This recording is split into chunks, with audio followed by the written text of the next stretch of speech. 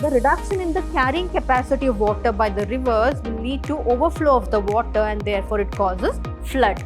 The fresh water is divided into two types. One is the surface water and the other one is the groundwater.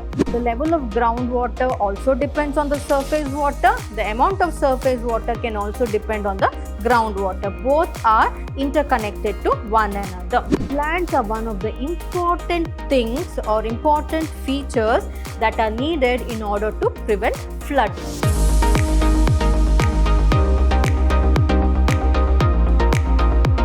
Hello everyone, a warm welcome to today's session on Environmental Studies for second semester B.Ba. I'm Dr. Divya, Environmental Studies faculty, Vidhyaashram First Grade College, Temple of Excellence, MYSURU. So we shall continue with studying Unit 3, that is Natural Resources, Renewable and Non-Renewable Resources. So in today's session, let us learn about water, what are the uses of water, and also let's learn about the drought and the floods and what impact it has on the environment. So to begin with, let us learn what water is. So water is the most abundant and it is the inexhaustible renewable resource. So water comes under the renewable resources like plants. So renewable means it will never get exhausted. It will never become empty. So therefore it is a renewable resource. And the 70% of the globe or the earth is covered by water in the form of oceans, rivers, lakes, etc. So we have both fresh water and marine water that is covering our planet. In that 70% is made up of oceans, rivers, lakes, etc. Small streams, ponds, where various sources of water. Of this 70%, only 3% is available as fresh water. So this fresh water can be used for various industrial purposes and all that. So imagine 70% of a globe or the earth is covered by water, and out of that 70%, only 3% is fresh water. Again in that 3%, from this 3%, roughly 2% is in the frozen form, that is in the polar regions or the polar ice caps, and only 1% that is there is used as drinking water or potable water. So potable water means the water that can be used for the domestic and the drinking purposes. So imagine now, how much need is it for us to save water? Of course, water is a renewable resource. So, when we hear the word renewable resource, we might think there is no need for us to save water because it is a renewable resource. It will never get exhausted. But the thing is here, out of the 70%, only 3% that is there is fresh water. And again in that 3%, fresh water, 2% cannot be utilized because it is in the form of glaciers, ice, etc. Therefore, only 1% that is there is available for human consumption, that is for drinking purpose, cooking purpose and all that. So, imagine the whole population of this planet has to depend on this 1% of water. Now we know why it is very important for us to save water, right? Because only 1% is available for drinking or utility purposes, and therefore it is the potable water. So 90%. So out of this 1% that is there, 90% of the water itself will be utilized for agriculture purpose. So again in that 1%, 90% is used for agricultural purposes to grow crops and all that, because plants need water for their survival and therefore these plants are in turn food for human beings as well as for other animals. So therefore 90% of water is utilized for agriculture purpose, and whatever remaining water that is available, that has to be some percentage that is there, that has to be utilized by the people. So therefore, we need to use water very, very cautiously. Do not unnecessarily waste water. So fresh water, as I told you, it is a renewable resource, but still the world's supply of clean fresh water is steadily decreasing. Why? Because of we people, right? Whatever fresh water is there, that also we are polluting with agricultural waste, with industrial waste, by washing clothes on the river banks, therefore dirtying that or polluting that particular water, and what not ill effects we cause on that particular fresh water, right? So that is why, though fresh water is a renewable resource, the fresh water is becoming depleted. Why? Because we have learnt about something called as ecological succession in the previous sessions, right? Wherein how the erosion of the soil will occur, then the eutrophication process will take place. Therefore, what will happen? The lake eventually, after many years, that particular fresh water body that is there, either the pond or the lake or whatever is that is there, that will get converted into terrestrial land. Now, because of our greed and our activities itself, we are depleting the freshwater resources. So therefore, though freshwater is a renewable resource, it is each and every person's duty, whoever is using the water, to minimize the wastage of water. So this is about water. So next, let's learn what are the sources of fresh water. So I told you 1% water that is there is available as fresh water. So from where exactly do we get this fresh water? So therefore, the fresh water is divided into two types. One is the surface water and the other one is the groundwater. So surface water means the water that is present on the surface of the soil. Say for example, we have the river, the lake, so the freshwater wetland, all these are surface waters, right? It is seen to us, it is present on the surface of the land. So surface water is renewable or it gets replenished because of precipitation. So precipitation is nothing but rainfall. Again here, if the surface water has to get replenished, we have to plant good number of trees. Deforestation should be avoided. So that is why each and every organism living in this planet, they are interconnected to one another. You disturb one, the other gets disturbed.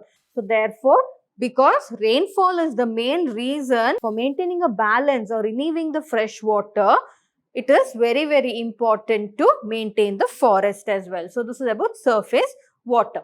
Next, talking about groundwater, it is the subsurface water, that is water that is present below the land or below the soil or below the ground. It is called as the groundwater. So subsurface water or groundwater is also a fresh water that is located in the pore spaces of the soil and the rocks. We cannot see it, but still you take a soil in a cotton cloth and you just squeeze it, you can see water dripping out of it. But can you see it with your eyes? No. Why? Because it is scattered somewhere below the ground. That is, it is mixed with the soil and it is not seen like how you can see pure water in the lakes and rivers. No, like that it is not visible. So that is nothing but groundwater. And it is also the water that is flowing within the aquifers below the water table. So below, that is underground, below the water table also, there is water that is flowing. The best example is springs, right? Best example is a well water. It is a groundwater because we dig the well, there the water will start bubbling out. That is from the below surface of the earth, from the aquifers, the water will start bubbling out. So that is the place where we build a well so that the water gets collected in the well. So that is nothing but groundwater and it is also called as the subsurface water. So next, let's study about the uses of surface and groundwater. So both of these are the fresh water. Why we are talking about only the fresh water is because the fresh water is the one that is used for both the commercial and domestic purposes throughout every day. So that is why. So here the uses have been divided into consumptive uses and non-consumptive uses. So consumptive uses, here the water is completely utilized and it cannot be reused. That is, it cannot be recycled and it cannot be used again. Such type of use of water is called as consumptive use. Say for example, domestic water, industrial water, irrigation related water, all that once you use, it is over. You cannot get it back. You cannot recycle and you cannot get it back. So they are the consumptive uses of water. The non-consumptive uses of water is, here even though the water is completely, here in such cases, the water is not completely utilized and therefore it can be reused. Say for example, sewage water. So what is sewage? All the industrial waste and all that would have been dumped into a particular water body. Now that water body, what can be done is it can be collected. Water can be collected. Sewage treatment can be given to that. The water can be purified and it can be used for domestic purposes and all that. Here, the utilized water that is there, that can be again reused by the process of recycling. So that is the non-consumptive use of water. So water that can be treated and returned as surface water, for example, the sewage. Here we have taken the example, that is hydropower plant. So whatever water it is used in the hydropower plant, it will contain a lot of unwanted minerals or unwanted substances which are not good for the domestic use. So therefore such water can be treated and it can be reused again. So that is the two uses of water, wherein it has been divided into consumptive use of fresh water and non-consumptive use of fresh water. So what is consumptive use? Here, once the water is completely utilized, you cannot reuse it back. It cannot be renamed back. So that is consumptive use. Example, water that is used for domestic purposes, for industrial purposes and for irrigation purposes. Next is non-consumptive use, means here water will be completely utilized for the purpose. For example, in a hydroelectric plant, but that used water you can again replenish it, recycle it through sewage treatment, and again you can utilize it again for domestic purposes, for various other purposes. So that is non-consumptive use of water. Next, moving on to the uses of water in detail. So uses of water we studied under two headings: consumptive use of water and non-consumptive use of water. So you know the difference now between the two. So next, talking about uses of water. So 8% of worldwide fresh water is used for domestic purposes like drinking, bathing, cooking, washing, sanitation and for gardening purposes. So 8%. So I told you only 1% of water is available as fresh water. Among that 1%, maximum amount is used for agriculture. The remaining that is there is used for domestic purposes such as for drinking purpose, for bathing purpose, for cooking, washing, for cleaning purpose, that is sanitation, then for gardening purpose and all that. So water also is used in commercial establishments, like in hotels, large amount of water will be used. In theaters especially to run the air coolers, waters are used. And in educational institutions also waters are used, offices, etc. So for commercial purpose also, on a large scale, the fresh water is being used. And apart from that, almost 60 to 70% of fresh water is used for agriculture, that is for irrigation or providing water for agriculture. And apart from that, water is also used for freshwater commercial fisheries, that is to make pisciculture, aquaculture and all that. That is, pisciculture, aquaculture is nothing but wherein fishes are reared in the artificial condition, wherein tanks will be built and the tanks will be filled with water, and there the fishes will be reared for the commercial purposes. So that is commercial fishery. So therefore water is used for domestic purposes like bathing, cooking, cleaning, washing, gardening, etc. Water is used for commercial purposes in hospitals and hotels and educational institutions, offices, theaters, etc. And fresh water is also used on a large scale for irrigation during agricultural practices. And not just that, water is also used for commercial freshwater fisheries through aquaculture and pisciculture. So these are the uses of water. And apart from that, industries also make use of water on a large scale. The best example is the mining industry. They make use of water on a large scale. The paper industry is to prepare the paper, pulp and all that. A large amount of water is needed. So 20 to 30% of fresh water is used for industrial operations and also by the ore. That is, ore is nothing but the mineral ores. For mineral mining and oil refineries also it is used, wherein in mineral mining and oil refineries they use it for chemical process, that is for refining the minerals and the oil. And they also used in iron and steel industries. They are used in paper and pulp industries. Not just that, they are also used in the timber industries. So there are a lot of uses of water here. And not just that, various power plants, that is the thermal power plants, the hydroelectric power plants, they also use water for cooling or as a power source. So for cooling a particular equipment also water is needed, and also in hydroelectric plants water is the main source. Why? Because here plants means, don't think it is the green plants that I am talking about. Plants is nothing but the industry. It is the industry. So in hydroelectric power plants and all, it is used, wherein there mainly electricity is generated by using water itself. So for that, water is useful. And not just that, water is also used in cooling machineries, especially in distillation units. So distillation units means we get a lot of distilled water. Distilled water is used in many industries, educational institutions, for running a lot of machineries, batteries and all that. This distilled water is very, very important. So that distilled water, the instrument that is used to get the distilled water, which is called as the distillation unit, that needs to be kept cool throughout when the distillation of water process is taking place. So for that also lots of water is used here. So water is also used for cooling machineries, especially in the distillation units, and water is also used in timber industry. So in timber industries, usually to soften the wood, for before converting it into a furniture or something, to soften the wood, they actually use this water, wherein they'll have large tanks filled with water. In that they would have immersed the logs and kept it for few time.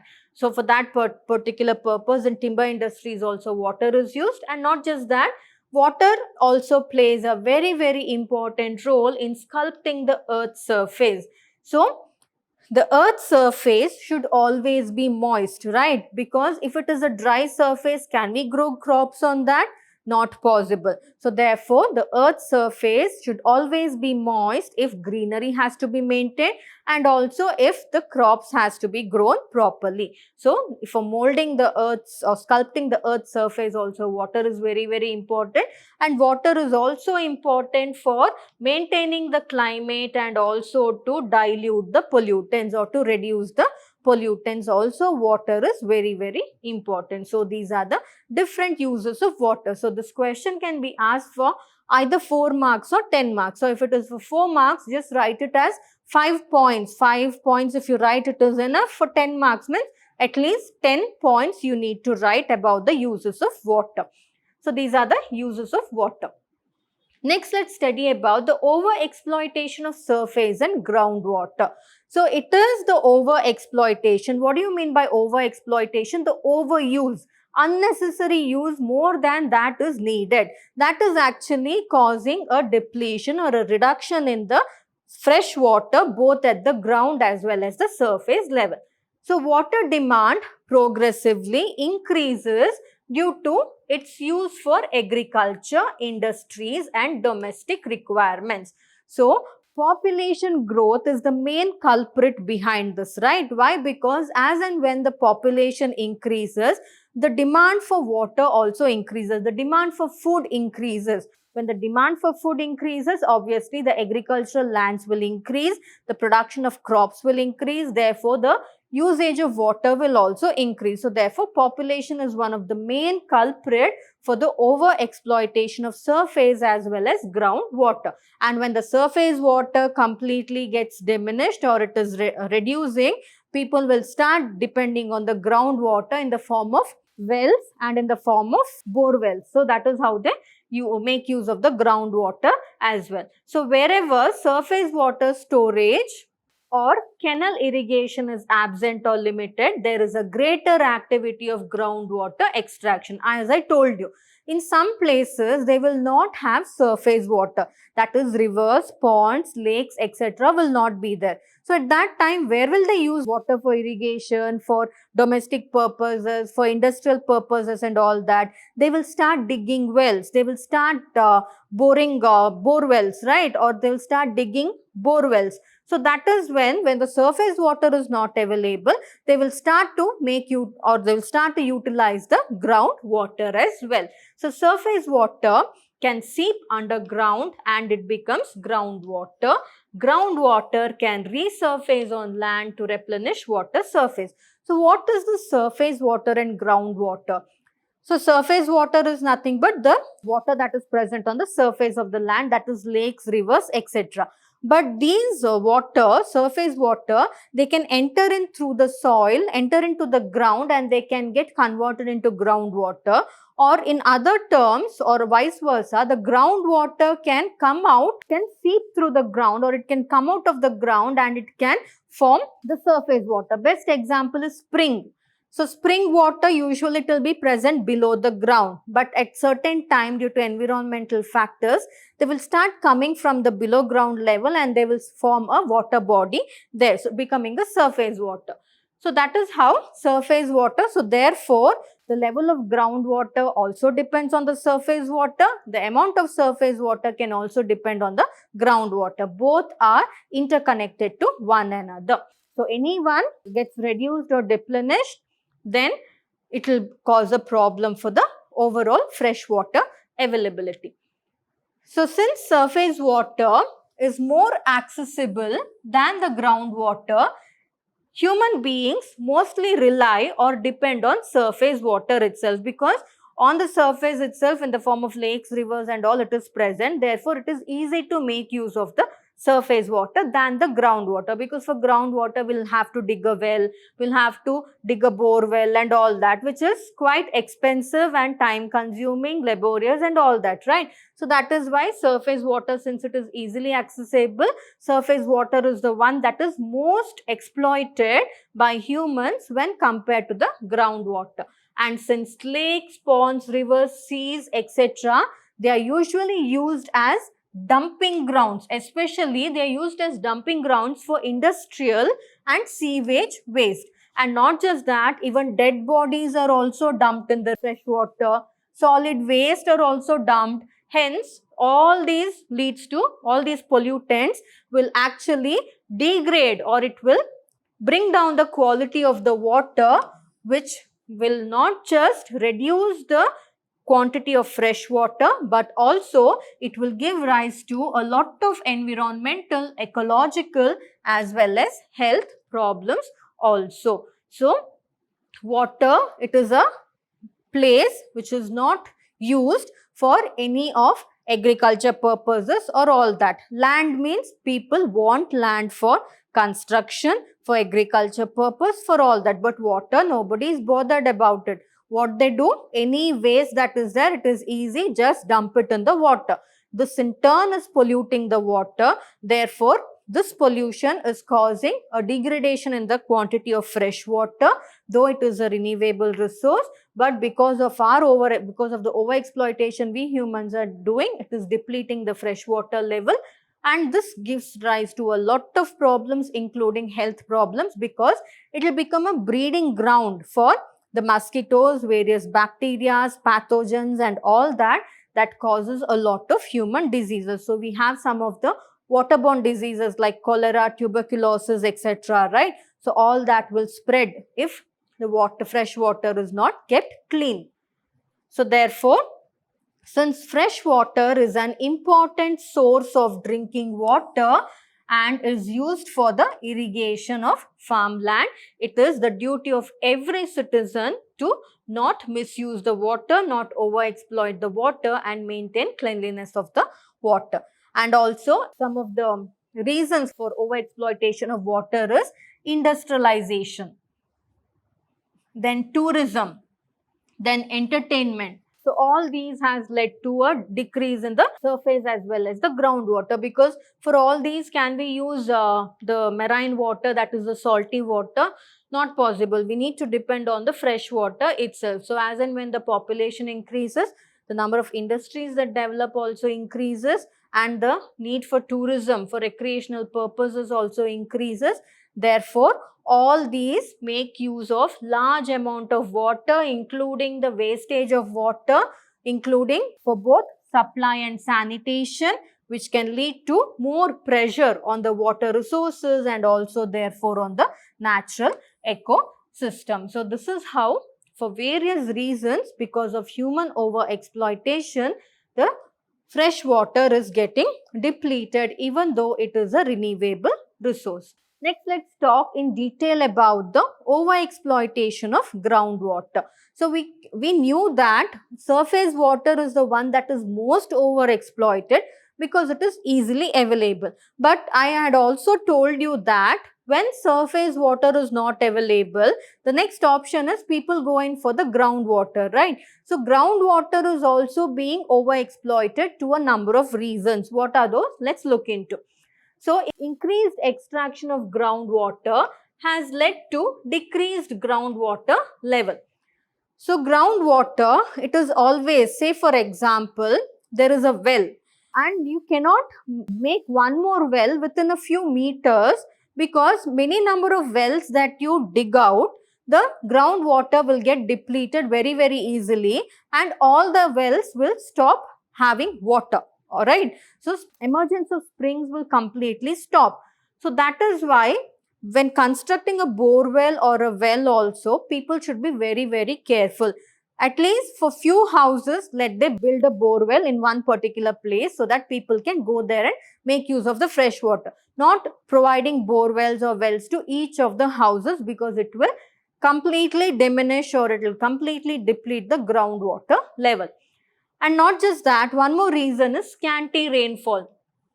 Nowadays, the rainfall that is there has reduced to a drastic extent, right? Why? Again, because of the loss of forest, because of cutting down of trees or the over-exploitation of the forest. So, therefore, resulting in scanty or very less rainfall. So, therefore, very less rainfall causes a reduction in the storage of water in the reservoirs, leading to decrease of groundwater.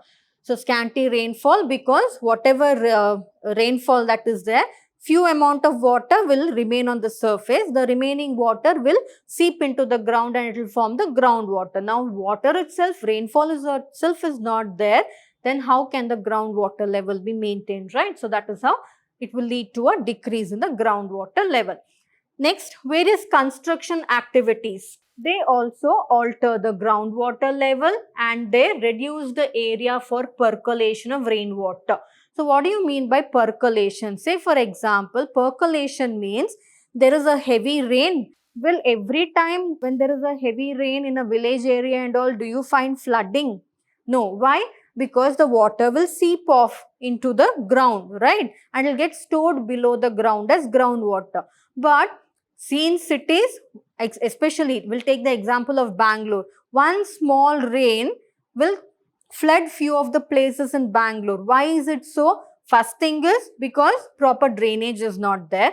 Second reason is everywhere they have built pavements, right? Where cements are there, no soil at all in the road. So, therefore, when the soil is covered, how will the water seep to the ground? Therefore, the water will get accumulated on the surface leading to flood-like conditions. So, that is why such construction activities, construction of roads, pavements, and nowadays we have this floor bricks that are there, all that is used wherein all that will cover the soil surface. So, that will prevent the seepage of water to the below ground level. Therefore, the groundwater level will start to decrease. And higher groundwater withdrawal rate. So, I told you, usually nowadays, more than depending on the surface water, groundwater is used for agricultural purposes on a large scale. So, therefore, higher the groundwater withdrawal rate or the use of groundwater than the recharge rate. So, here what happens? Rainfall is also scanty, but the use of groundwater has increased. Therefore, the time given for the groundwater to replenish or bring back to its original or come back to its original level has drastically reduced. But people are continuously making use of the groundwater and not allowing it to replenish itself back or fill back. So, that is one of the reason why groundwater is depleting. And not just that, it has increased the sediments in the aquifers, resulting in sinking or overlaying land surface, thereby reversing the flow of canals, leading to tidal flooding. So, here what happens here is sometimes because of the construction of dams and all that, sediments get built up, or because of various human activities, construction purposes, sediments get built up. because of wrong agricultural practices, sediments gets built up. So all these sediment build up, what it will do is, it will destroy the surface water. So when there is no surface water, then the seepage of water, there is no question about the seepage of water to the below ground level. So no seepage of water to the below ground level, and continuous use of the groundwater by the people for various purposes will automatically reduce the groundwater level, and the groundwater level will become zero. So not just that, even the building up of the sediments and all that will also lead to tidal flooding, wherein the water runoff will take place, but the seepage of water to the below ground will not occur. So these are the various reasons or various factors or various reasons for over-exploitation of groundwater as well as surface water. So this can also be a 10-mark question, wherein if you write at least 10 points, you can get marks easily. Next is overutilization of groundwater in arid, that is in dry area and in semi-dry areas. For agriculture, this also disturbs the equilibrium of reservoir in the region, causing problems like lowering of water table and decreased pressure in the aquifers, along with changes in speed and direction of water flow. So there are some areas which are very dry, because dry means surface water is not there. At that time, people will have to depend on or rely on the groundwater. So dry areas and semi-dry areas wherein people completely depend on the groundwater for agriculture, at that time what happens, the equilibrium or the balance between the groundwater level will get altered. So this alteration in the balance will cause a lot of problem, like it will bring down the level of water in the water table, it will decrease the pressure, or it will decrease the filling, replenishing back capability of the aquifers, that is the ponds, rivers, lakes, etc. And not just that, it also will lead to the change in the direction of water flow as well. So all these will lead to the depletion of the groundwater. And overutilization or overexploitation of groundwater in coastal areas, because coastal areas also the availability of fresh water is less, because there the salt water is more. So here with the minimal amount of fresh water is there, all the people have to depend on it. So therefore overexploitation of groundwater in the coastal areas leads to rapid intrusion of salt water from the sea. So that time what happens, when the groundwater table, that is the fresh water that is there, when it depletes, the water to replenish itself back, for the water table to replenish itself back, it will start drawing the sea water from the nearby seas, etc. Therefore, making that particular groundwater unusable for drinking and agriculture. So in coastal areas also, we are not supposed to overutilize the fresh water, because in order to replenish the fresh water, the ground will start collecting water from the nearby seas. So that is when that groundwater can also become salty. So that is why. And overutilization of groundwater leads to decrease in water level, thereby causing earthquakes, landslides and famine, that is drought. Drought or unavailability of water. So, because water is needed to hold the soil particles together. If that is not happening properly, because of the decrease in the water level or the groundwater level, it results in earthquakes, landslides and farming. So next, the overutilization of groundwater leads to drying up of the dug wells as well as the bore wells also, because over-exploitation means continuously you are using the groundwater and you are not giving time for the water to fill back in that particular region, then it will lead to a complete reduction in the groundwater level.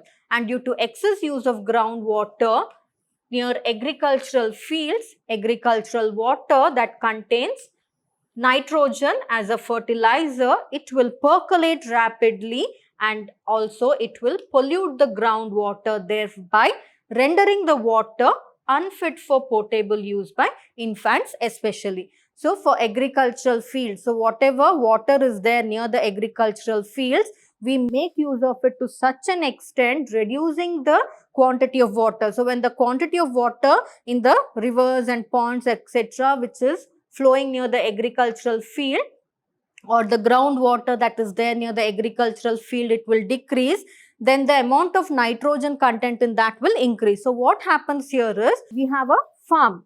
So in that farm, we would have put nitrogen fertilizer, right? Because nitrogen is one of the important fertilizer that is needed for the growth of the plants. So when we put nitrogen fertilizer, it's just like you take a tumbler of water, put salt to that and dissolve it in 1 tumbler. Now make that water into half and again dissolve a teaspoon of salt, which will be more salty, that wherein you dissolved 1 teaspoon full of water with full tumbler of water, or 1 with half tumbler of water. The half tumbler of water will be more concentrated, right?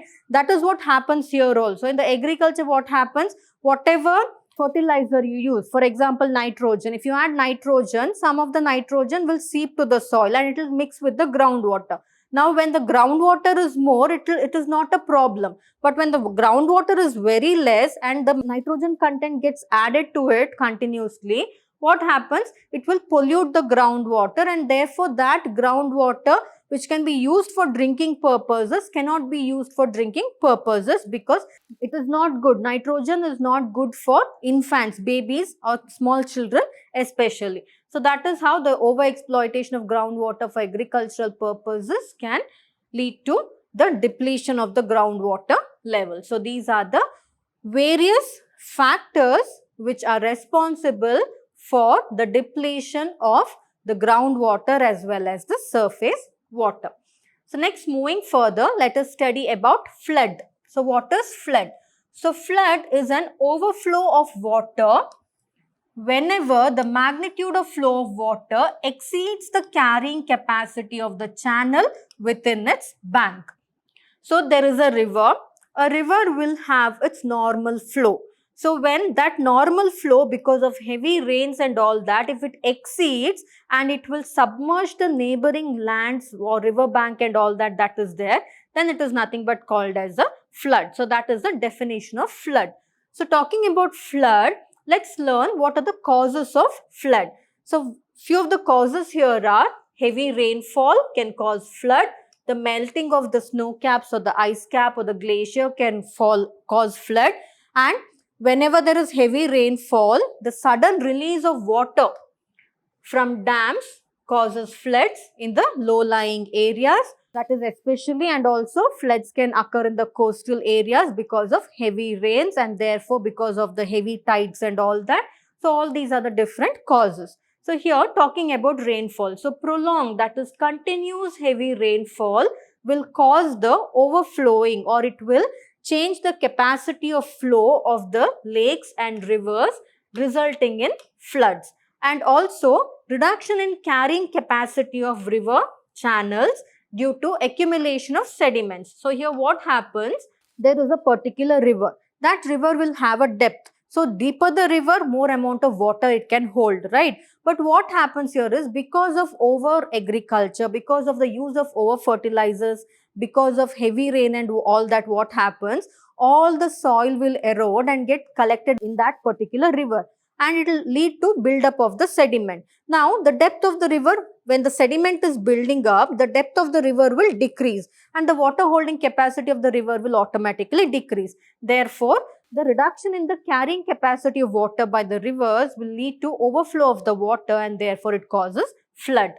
And deforestation, overgrazing, mining, all these also increases the runoff water from rains, causing flood. So trees, they help in the percolation of water, that is, they help in the seepage of water to the below ground level. So that is why trees, grasses and all that are very, very important. But the cutting of trees for various purposes, overgrazing of the land for livestock purposes, and the increase in mining, all that will lead to a reduction in the plant population. Therefore, it will cause flooding. So therefore, deforestation, overgrazing, mining also increases the flooding rate.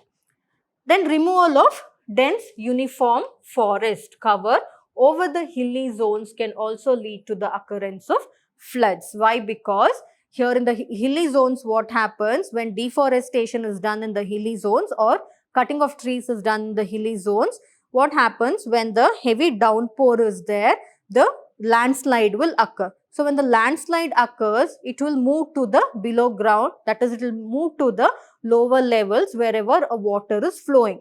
That can even change the direction of water, leading to flooding. And a lack of vegetation can also cause flooding, because I told you overgrazing, all those can also cause flooding, because vegetation, it helps in preventing water runoff and therefore prevents flooding, because more number of vegetation, more number of water the soil can absorb. So therefore surface runoff will be reduced. But no vegetation means the surface runoff will get completely increased and therefore the seepage of water will be completely reduced. So when there is a lack of vegetation, there is little to stop water from running off and overflowing in the rivers, banks, streams, etc. So what happens? So the plants usually, they act as a barrier, slowing down the flow of water. Therefore, plants are one of the important things or important features that are needed in order to prevent flooding. So these are the different causes for flooding. Next, let's study about the effects of flooding. So flood, they carry various contaminants. So flood carry contamination which can lead to a lot of diseases in the human population. Floods can also harm the wildlife because they would have drowned the forest and all that, therefore putting the wildlife in a threat. Next, floods can cause sedimentation and erosion. So sedimentation means more number of heavier the flood, the more is the buildup of the sediments in the rivers, lakes, etc. And also heavy water flow can cause soil erosion. All these also causes flooding. Next is floods, they spread diseases.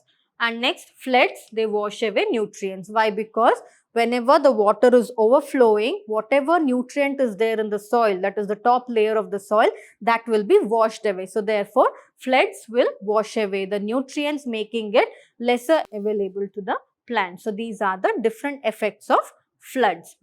Next, talking about the management of floods. So what can be done to manage floods? So here, flood risk assessment and mapping has to be done regularly. That is, prior itself, the forecast department or the weather department, they have to map which are the regions more vulnerable to flooding. When can the flooding occur? All that they have to map and they have to keep it ready so that beforehand itself they can follow some safety measures in order to prevent the flooding. Next, forecasting and flood warning should be given. So people should be notified prior itself that in this particular area flooding is going to occur. You need to vacate, you need to take active measures for that. So that has to be done. Next, flood management structures has to be built. So for this, the best example that I can take of is Japan. So Japan, any number of tsunamis or any number of flood situation they are put into, within a year they just spring back, right? The city will look as if nothing has happened. That is their capability of how hardworking they are. Apart from that, what they do in Japan is they build large walls as a barrier between the places where people are living, between the land and the water, so that whenever there is a flood, the flood water will not enter the land area. So all these measures, that is flood management structures and all that will be constructed, can be constructed so that the floods can be managed. So these are the three important steps how the floods can be managed, because we cannot prevent them. Because some of the natural calamities cannot be prevented, but once it occurs, there are chances that how we can, prior itself, we can take certain measures in order to manage the situation. Next, talking about droughts. So what is a drought? A drought is a period of time when an area or region experiences below normal precipitation. So what do you mean by precipitation? It is nothing but rainfall. So any region that receives very less rainfall or scanty rainfall, there a dry condition will arise. That is nothing but drought. So next, talking about the causes of drought. So one of the main cause of drought is less rainfall. So annual rainfall, if it is very, very low, that is very, very low means below normal and less than the evaporation, drought will occur. So that is what happens here, right? Rainfall will occur, evaporation will occur, again that will come back as rain. It's the cycle continues, right? But here what happens when the annual rainfall is itself not there, how will the evaporation of water take place? So therefore, how will the again next set of rain come? That is not possible. So therefore, less rainfall is one of the reasons for drought. Next is population growth. So higher population can lead to drought. Why? Because population growth leads to poor or improper land use and also it will worsen the situation. Why? Because I told you as the population increases, the urbanization increases, wherein less amount of soil will be there, more amount of cement only you will find everywhere. So that also can cause droughts to a larger extent. Next is because of improper agricultural practices. So whenever an agriculture is done, we should not do agriculture throughout the year. A time gap should be given wherein at one particular season agriculture should be done, the next season agriculture should not be done, so that we can depend on the natural sources of water that is there. But what people do, because of overpopulation and increasing food demand, throughout the year they'll try to grow the crop, which will result in the drought condition. So therefore, intensive cropping pattern and over-exploitation of scarce water resources or over-exploitation of the already very less available water resources by digging wells or bore wells for high productivity has turned the drought-prone areas into deserts. So here what happens, as and when the agriculture increases, the making use of the groundwater increases. As the groundwater usage increases, the depletion of the groundwater table will increase, and therefore that particular area which was once a drought or a dry area will get converted into a desert area. So therefore, improper agricultural practices can also lead to drought conditions. Next is deforestation, that is cutting of trees. So cutting of trees can also lead to desertification and drought, and deforestation can also lead to the exposure of the topsoil to erosion. And when the erosion occurs, what happens? The topsoil gets washed away, therefore the nutrients gets washed away, and again there that land will become not suitable for the plants to grow, therefore again worsening the drought situation. So that is how deforestation can also cause droughts. Next, let's look into what are the effects of drought. So drought can cause hunger, because if the land is dry, crops cannot be grown. Obviously, it will lead hunger, will lead to the that is unavailability of food, will lead to malnutrition, and also it will lead to the scarcity of drinking water. And not just that, drought also will degrade the quality of the drinking water. It will make the water not that suitable for drinking, and drought causes crop failure, leading to shortage of food, and therefore it will affect both the human as well as the animal population, that is the human and the livestock population. And not just that, drought over a period of time can also lead to desertification, and once desertification occurs, it is not possible to reverse the situation back. And use of lots of raw materials for agro-based industries, they are also causing a lot of drought, because we are utilizing a lot of plant raw materials for agro-based industries. Therefore, the plant population is coming down, leading to drought condition, and therefore retarding industrial and commercial growth as well.